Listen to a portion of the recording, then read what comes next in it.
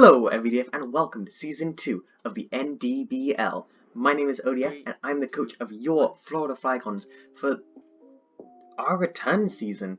We've never returned to a league after the first season before, mostly because we haven't really been in a league that had a second season, but potato really. Last season, if you didn't watch it, you don't need to, but if you want to, the playlist can be found quite easily on my channel. Spoiler alert, we lost badly. Out of the 8 teams that made playoffs, we were not one of them, which wasn't great. It was kind of sad that we didn't make it, but we wouldn't have made it very far, if I'm being totally honest, with my skill in Draft League. But this season, that's going to change. The first season at NDBL was really interesting because it was the first time I ever got a win in Draft League, which is incredible. I felt amazing after that, and I've really fallen in love with Draft League since, like, properly fallen in love with it. And for Season 2, I hope to do a little bit better, maybe get into playoffs, maybe get to the finals, maybe win the championship, but we'll see. For now, it's just time to break down our draft. Quickly, before I get into anything else, if you don't know what Draft League is and this is your first time watching a Draft League video, I'm going to explain it. It's kind of like fantasy football, but with Pokemon. So there are 16 players in this league. In a regular league there'll be about 8, because it's Season 2, people can be more trusted. Each one of those 16 people drafts 11 Pokemon, and they're the only people in the league who are allowed to use that Pokemon. So say if I drafted Magikarp, which I didn't, I would be the only person allowed to use Magikarp. Out of those 11 Pokemon, every week we fight somebody else in the league in a 6-on-6 Pokemon battle. We don't know which 6 of their 11 they're bringing, so we need to choose 6 of ours that we think will best counter their team. And then we fight. If we win, we gain 1 point. If we lose, we lose a point. The top, like, 8-10 teams, depending on the league, with the highest differential will be going to the playoffs, where it turns into a regular knockout tournament. Hopefully that made enough sense. I know that wasn't the best explanation in the world, but I just wanted to make sure everybody at least had a vague understanding of what was going on. Anyway, Season 2. We had Season 1, as I said before, it didn't go well. Quite a few new faces. There are 16 teams in this league, and I think only about, out of the 10, 11, no, there were 12 people in Season 1. And out of those, not very many people stayed for Season 2. I'm not going to run through them all right now, but there's a lot of new faces, a lot of new teams to fight. We'll also have quite a few rematches, but most importantly, in Week 10 of this 11-week season, we're going up against Host. Host and I have a bit of a history. They are the person I have fought far and away the most in Draft League. They are my opponent, the New York Yanmas. So far, I think we are 1-1 in different leagues. I beat him... No, because the league I did fight him in was cancelled. So he's beating me right now. I've never officially beaten him in a match, which isn't great. Hopefully that will change this season, because we drafted a new team, and I'm really excited to get into it. That was a very, very long-winded intro, and I'm sorry about that. If you did stick around, thank you. So I had the 5th pick overall. It goes in a snake draft, so player 1 would pick, then 2, 3, 4, 5, 6, 7, 8, 9, 10 to 16, and then 16, 15, 14 back to 1, and go like that. I had the 5th pick overall. So I didn't really have a draft plan going into this. However, I had a few ideas of what I wanted. I wanted to try some of the new Pokemon, like maybe Glastrier or Spectre. But then my pick came around, and a Pokemon was still there that I've always wanted. There are a few Pokemon that are always going to be gone very early on in Draft League, and you have to get a good position to even have a shot at getting them. And I only thought I would ever get a chance to get this Pokemon if I got the first pick of the season, but as it went through the draft, this Pokemon stayed available the entire time. And then when it reached me, I thought, I'm probably never going to get an opportunity like this again for a very long time, so why not take it while we can? I drafted Landorus Therian. First of all, sorry the image isn't great. I downloaded these off Bulbapedia, and Bulbapedia has the Therian form much smaller than a wheel form, so for the regular Pokemon you will see much nicer sprites, but not for this one, I'm very sorry.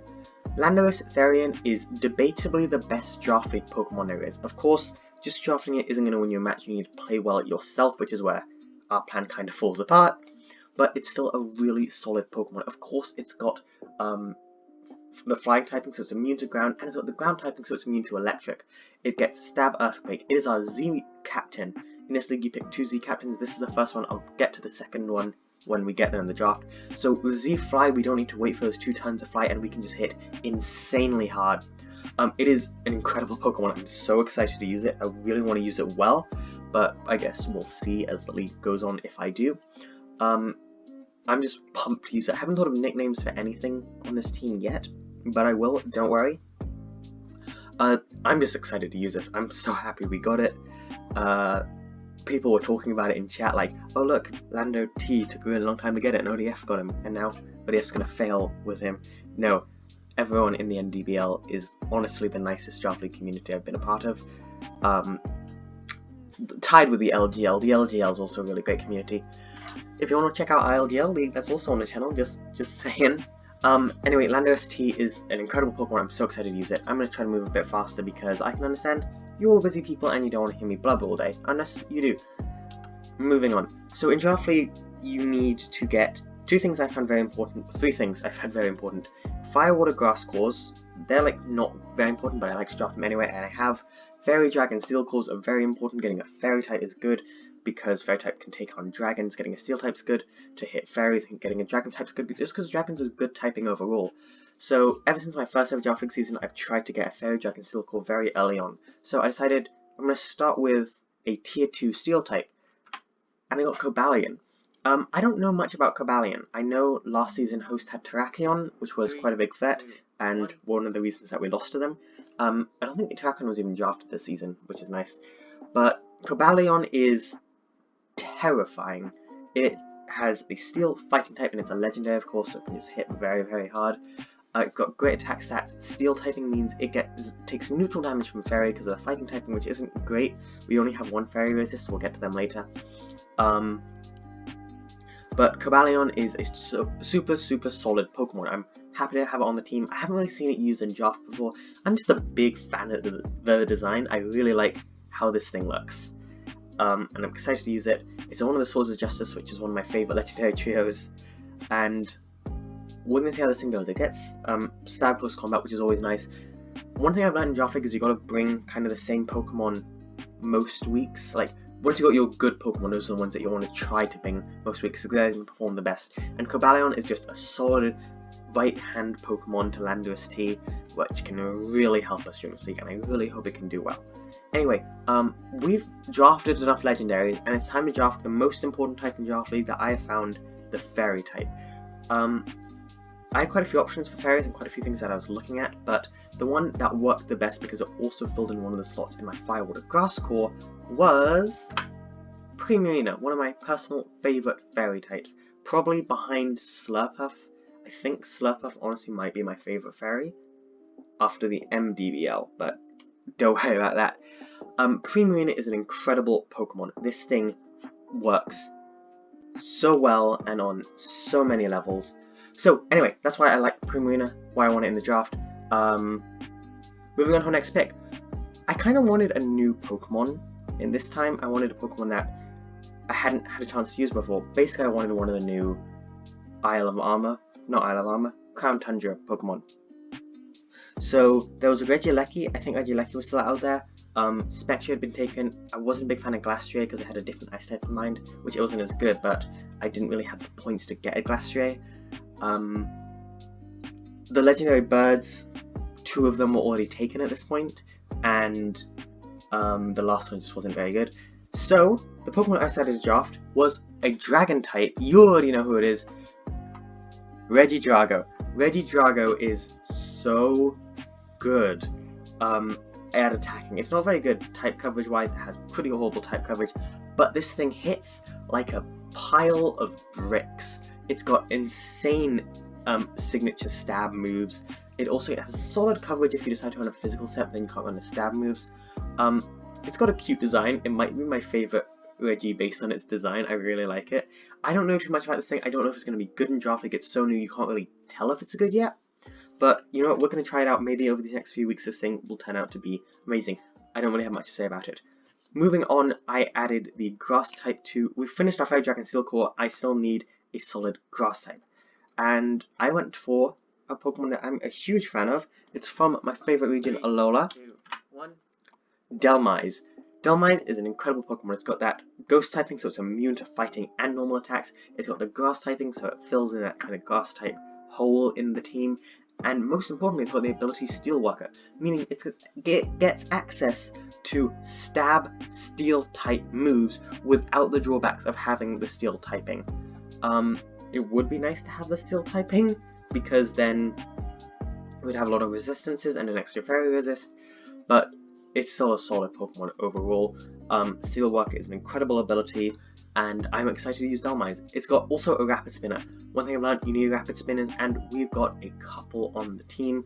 Dhelmise is just the first. Actually, Landorus also gets access to Defog. This thing is far more likely to be a Rapid Spinner though. Next up was our Mega. Last season we had Mega Camerupt, but this season we decided to spice it up a bit. I got a higher tier Mega so that I felt like I could do more damage with it. Camerupt wasn't really a great pick for last time. I mean, it worked well, but it wasn't a very good Pokemon. Helen, I'm sorry, Helen was the Camerupt. I decided to get another Gen 3 Mega, one that I'm a big fan of. It's actually one of my favorite Pokemon of all time, and try it out. I've seen this thing used in draft before, and it's quite solid. It's Mega Magnetric. This might be my favorite Mega form just because of how ridiculous it looks. Again, sorry, the image isn't great. Magnetric has an insane move pool. Dark Pulse, Flamethrower, I think it gets access to Ice Beam or something. Thunderbolt, obviously, Quick Attack, Volt Switch. This thing can do wonders. It is an insanely fast Pokemon. It can hit very, very hard, especially. And it's just a solid Mega to have on the team. It does have the weakness of being quite frail and not being able to take a ground type move, but we've got quite a few Pokemon. Like 3 of our Pokemon can take ground type moves so far, and Drago doesn't really mind. So that weakness isn't really too bad. Also, it's an electric type. Electric types are always important to draft, and I just love Magnetric. It is one of my all-time favorite Pokemon, and sadly it's from the same region as Mightyena, who is, if you didn't know, one of my least favorite Pokemon. But Magnetric is one of my favorites. There's a spectrum there. You don't care about what my favorite Pokemon are, you care what I drafted. And I drafted another starter actually. We got like 2 starters in this. I needed a fire type for my Fire Water Grass Core, and I had my eye on Incineroar for quite a bit, but I was sniped just before I had the chance to draft it. So I was looking through tier 3 fire types, and one came up that was a very big threat that could hit very, very hard. Emblem. Emblem isn't the most popular Pokemon, but this thing hits like an absolute ton of bricks. I think I might have already used that, but I can't just keep saying it hits like a truck. Everything on my team hits like a truck. I think this thing gets access to huge power, not huge power, but something insane. Actually might be huge power, or intimidate, one of the two. It can hit very hard, as I've already said. It gets access to stab, fighting, and fire type moves. It also gets knockoff. I think most of our team gets knockoff. I think it gets grass knot to deal with water types. It might not. I might be very wrong about that, but we'll see. Anyway, Ember is just a really solid, hard-hitting Pokemon. It's not the best. It's not going to be coming every week, but the weeks that it does come, it can do a lot of damage. Like, Choice Band this thing, give it Flare Blitz, it will rip through teams. Only like bulky waters and ground types can counter that.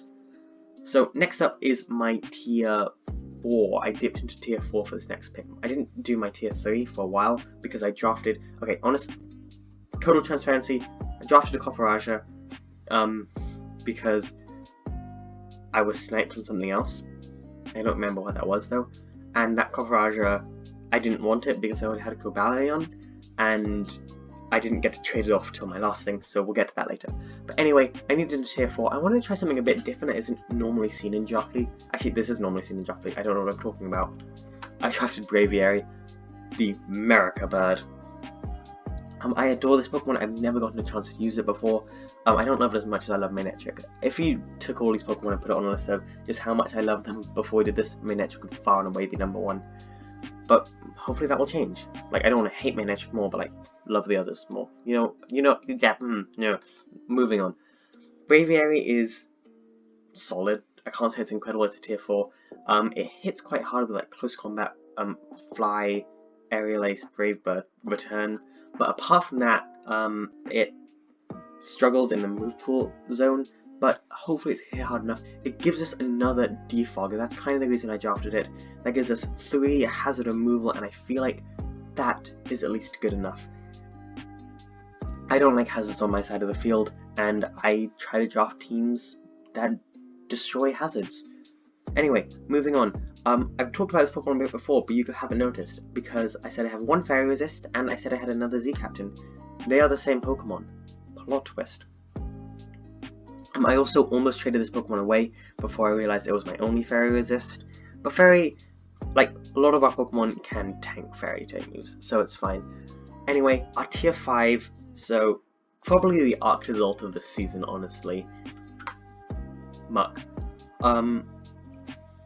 Muck is not a great Pokemon. A lot of Muck's better, but Z Poison can hit so hard, and that's my plan with this thing, basically to use Z Poison.